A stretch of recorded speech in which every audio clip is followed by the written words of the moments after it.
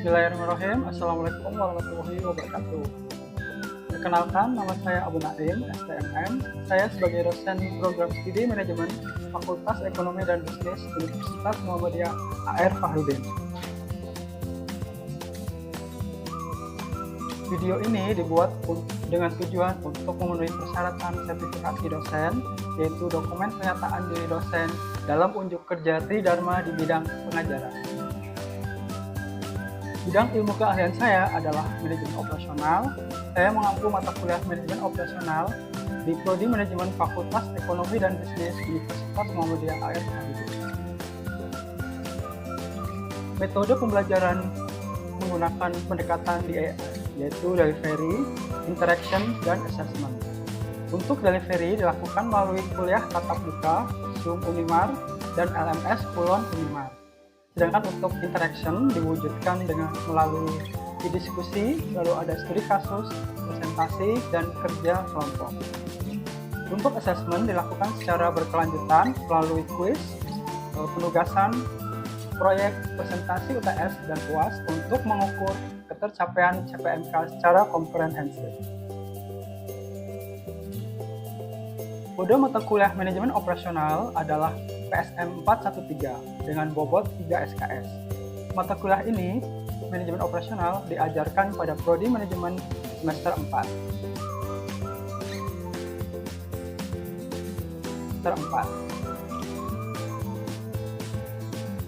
CPL. CPL 1 yaitu bertakwa kepada Tuhan Yang Maha Esa, berakhlak mulia, menjunjung tinggi nilai kemanusiaan, etika operasional, serta nilai-nilai al-Islam dan kemuhammadiyahan dalam menjalankan tugas profesional. Lalu CPL 2 yaitu menguasai konsep teori, prinsip, dan metode manajemen, khususnya manajemen operasional, untuk mendukung pengambilan keputusan organisasi secara efektif, efisien, dan berkelanjutan. Untuk CPL 3 yaitu mampu berpikir kritis, analitis, kreatif, dan berkomunikasi, bekerjasama dalam tim, serta memanfaatkan teknologi informasi untuk menyelesaikan permasalahan manajemen.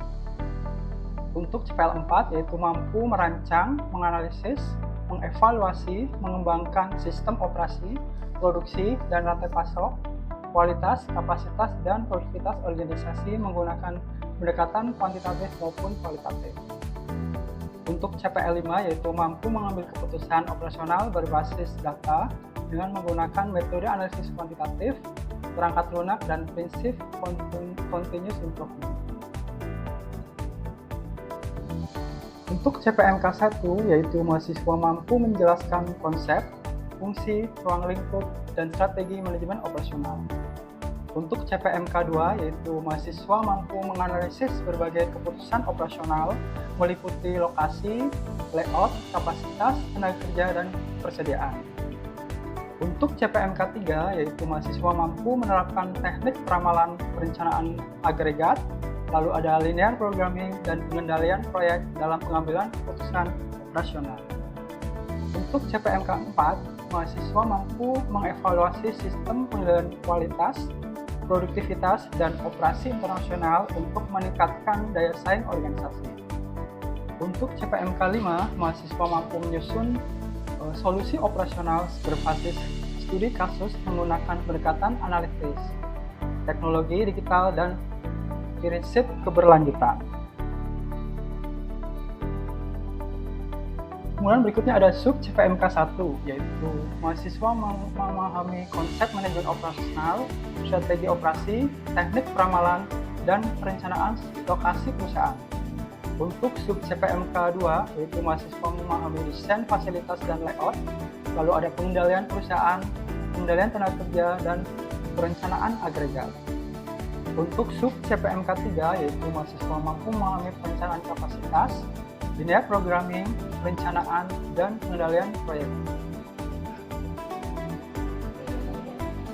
Mata kuliah manajemen operasional bertujuan untuk membekali mahasiswa dengan pengetahuan, keterampilan, dan sikap profesional dalam merancang, mengelola, mengevaluasi, serta mengembangkan sistem operasi, barang dan jasa secara efektif, efisien, inovatif, dan berkelanjutan melalui penerapan konsep, metode analisis, dan teknologi modern untuk mendukung pengambilan keputusan manajerial serta meningkatkan daya saing organisasi di era transformasi digital dan industri 4.0.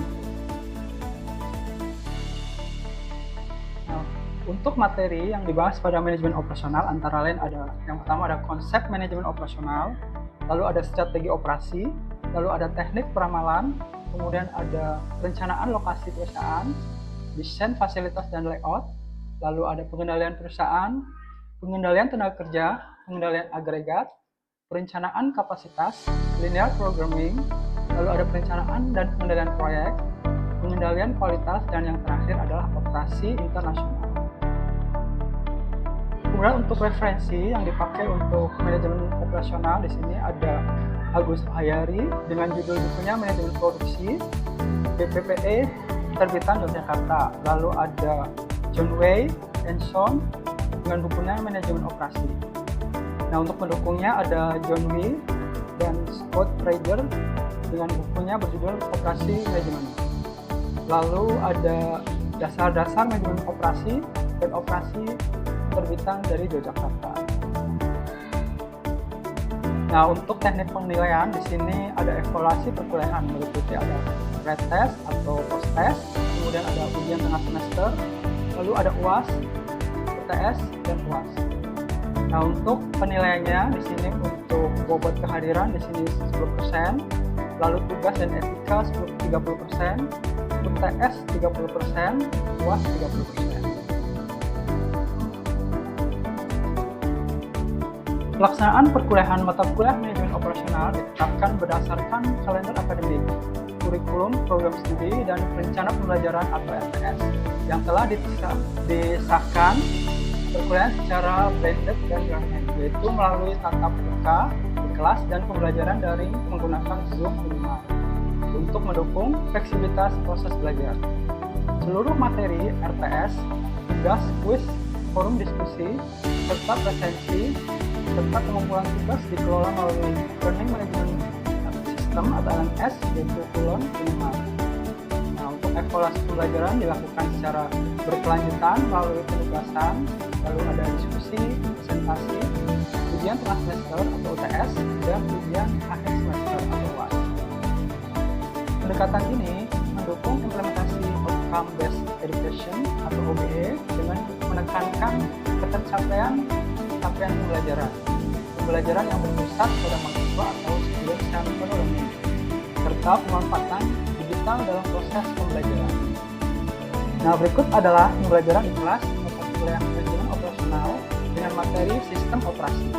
Selamat menyaksikan.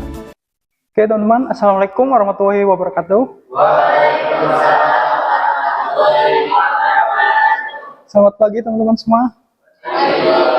Pertama-tama marilah kita panjatkan puji syukur atas kehadiran Allah sehingga pada pagi hari ini kita dapat bertemu untuk perkuliahan mata kuliah manajemen operasional. Oke, sebelum kita mulai perkuliahan, mari kita awali dengan membaca basmalah terlebih dahulu.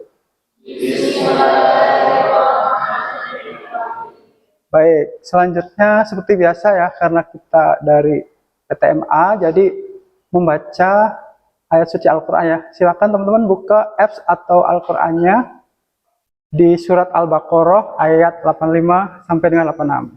Oke. Mari kita mulai ya. Sudah siap semua teman-teman? Ya. Oke, kita baca ya. 1, 2, 3. A'udzu billahi minasyaitonir rajim. Bismillah.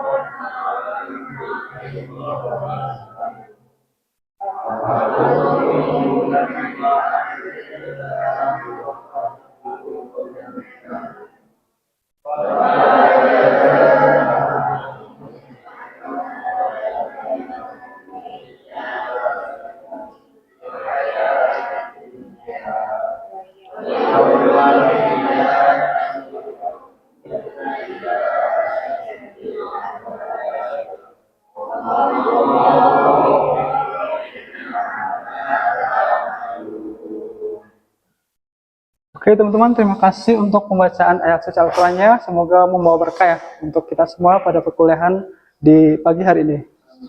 Oke, selanjutnya berikutnya kita akan mengulas materi sebelumnya ya, yaitu tentang sistem operasi.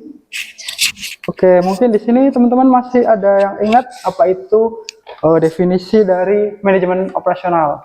Saya Pak. Silakan angkat tangan. Ya, silakan Badri. Definisi manajemen operasional kalau dari produksi adalah proses penciptaan barang dan jasa. Kalau dari operasi itu yaitu fungsi atau sistem yang mentransformasikan input menjadi output yang lebih bernilai gitu Pak.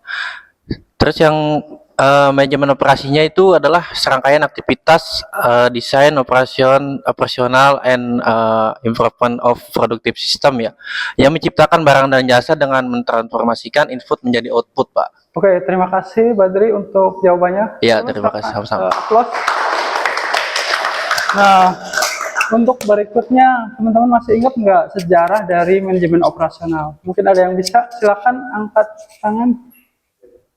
Ya, Vina ya, silakan Vina. Vina, ya silakan. Untuk sejarah manajemen operasional, di sini ada cost focus, quality focus, customization focus, globalization focus. Untuk di cost focus ada early concept dari 1776 sampai 1880, labor specialization, Smith Babbage, standardized parts or witness. Ada scientific management era di tahun 1880 sampai 1910. Ada Gen charts or Gen, motion and time studies atau Gilbert. Ada process analysis Taylor. Ada Quine Theory all Erlang. Untuk di mass production era ada di 1910 sampai 1980, moving assembly line, ada for Sorensen, statistical sampling or SAP word, economic sorter, quantity horizon, linear programming, FIRS and CPM or DuPont, material requirement planning atau MRP. Untuk di quality focus ada lean production era 1880 sampai 1995.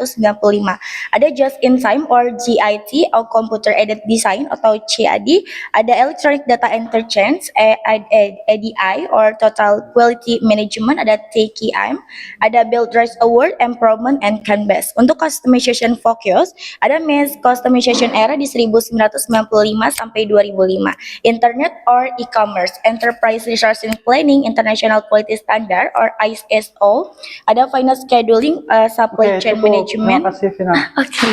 Tepuk tangan teman-teman.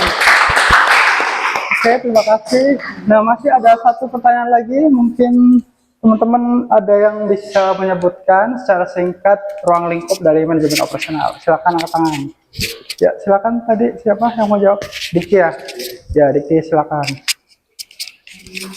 Ruang lingkup manajemen operasional ada apa aja? Coba Diki. Di sini ruang lingkup manajemen operasional itu ada 10 ruang lingkup. Yang pertama ada desain produk dan jasa. Ya. Lalu yang kedua itu ada manajemen kualitas. Ketiga ada desain kapasitas dan proses. Keempat ada strategi lokasi. Kelima ada strategi layout. Ya. Lalu ada sumber daya manusia dan desain pekerjaan. Ketujuh ada supply chain management. Ke-8 ada manajemen persediaan, ke-9 ada penjadwalan, dan terakhir itu ada maintenance. Oke, terima kasih Diki untuk jawabannya. Kita beri applause buat Diki. Oke, terima kasih teman-teman udah mengingat ya materi sebelumnya. Nah, berikutnya kita akan masuk ke materi yang terbaru di sini, yaitu strategi operasi dalam manajemen perusahaan. Oke. Pertama ada tujuan pembelajaran, yaitu untuk mendefinisikan misi dan strategi, kemudian menyebutkan, menjelaskan 3 pendekatan strategis untuk keunggulan bersaing. Kemudian mengetahui 10 keputusan dari manajemen operasi, lalu mengetahui pemahaman strategi manajemen operasi, dan mengetahui 4 pilihan strategi pada operasi global. Oke, berikutnya ada strategi. Jadi strategi merupakan konsep multidimensional yang merangkum semua kegiatan kritis organisasi.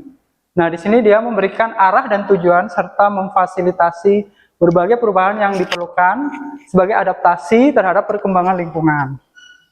Kemudian berikutnya, nah di sini ada beberapa kecenderungan dalam era globalisasi. Yang pertama terjadi pengembangan produk yang lebih baik. Kemudian sebagai akibat perubahan yang begitu cepat dalam bidang teknologi, lalu ada operasi pabrik di era globalisasi. Oke, berikutnya, nah di sini menurut Wickham Skinner mendefinisikan dari strategi operasi merupakan dalam hal keterkaitan antara keputusan dan operasi dengan strategi perusahaan. Nah, berikutnya, nah di sini ada pandangan global mengenai operasi. Pertama ada mengurangi biaya, kemudian memperbaiki rantai pasokan, kemudian menghasilkan barang dan pelayanan yang lebih baik, kemudian memahami pasar, lalu belajar untuk memperbaiki operasi, kemudian mendapatkan dan mempertahankan bakat global. Nah, dalam mengembangkan misi dan strategi di sini kita harus melakukan beberapa hal. Salah satunya yang pertama adalah misi organisasi, sebagaimana tujuan apa yang akan disumbangkan kepada masyarakat dan pelanggan. Kemudian pernyataan misi menghasilkan batasan dan fokus organisasi yang juga konsep dalam menjalankan perusahaan. Kemudian misi di sini menyatakan alasan adanya suatu organisasi. Kemudian misi ditetapkan, yaitu dengan strategi dan penerapannya yang dapat dimulai. Nah, di sini ada beberapa cara untuk mencapai keunggulan bersaing. Yang pertama adalah bersaing pada perbedaan, kemudian bersaing pada biaya, lalu bersaing pada respon. Kemudian perusahaan yang beroperasi secara global. Di sini international business perusahaan yang terlibat pada transaksi perdagangan atau investasi internasional. Kemudian ada multinational corporation perusahaan yang terlibat dalam banyak bisnis internasional, mempunyai atau mengendalikan fasilitas yang lebih tinggi. Nah, untuk strategi keunggulan kompetitifnya di sini antara lain ada analisa lingkungan, terus mendapatkan misi perusahaan serta membentuk strategi. Nah, kemudian di sini ada model ya, strategi operasi, strategi bisnis. Pertama ada misi operasi, analisis eksternal, kemudian analisis internal, lalu kemampuan operasi, tujuan operasi, kemudian kebijakan operasi, keputusan taktikal, lalu yang terakhir ada hasil.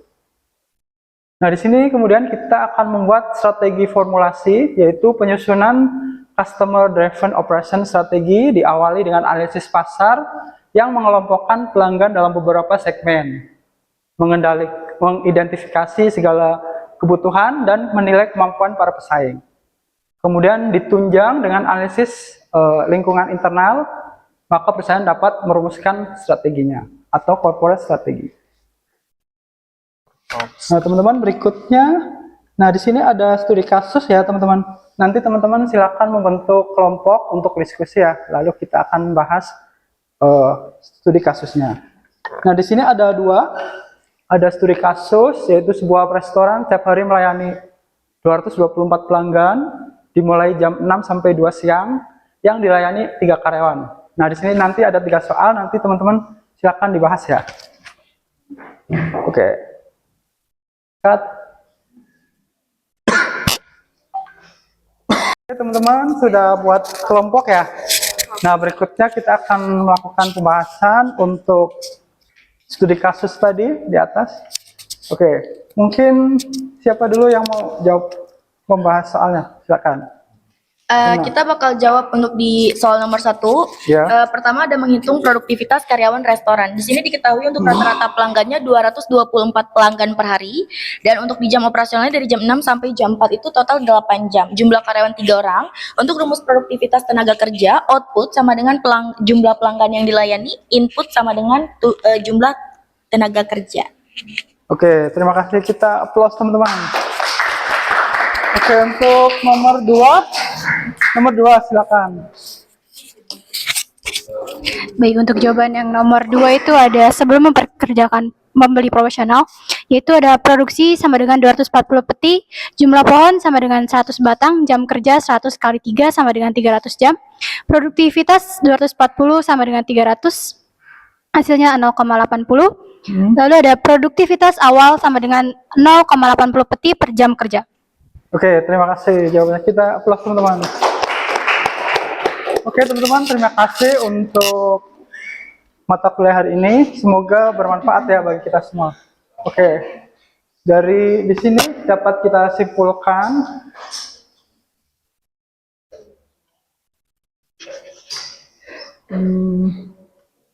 jadi untuk pengambilan keputusan operasi dan produksi ada 10 ya strateginya. Oke. Oke teman-teman, terima kasih atas perhatiannya. Saya kira cukup sekian untuk pertemuan kita pada pagi hari ini. Mari kita tutup dengan bacaan hamdalah.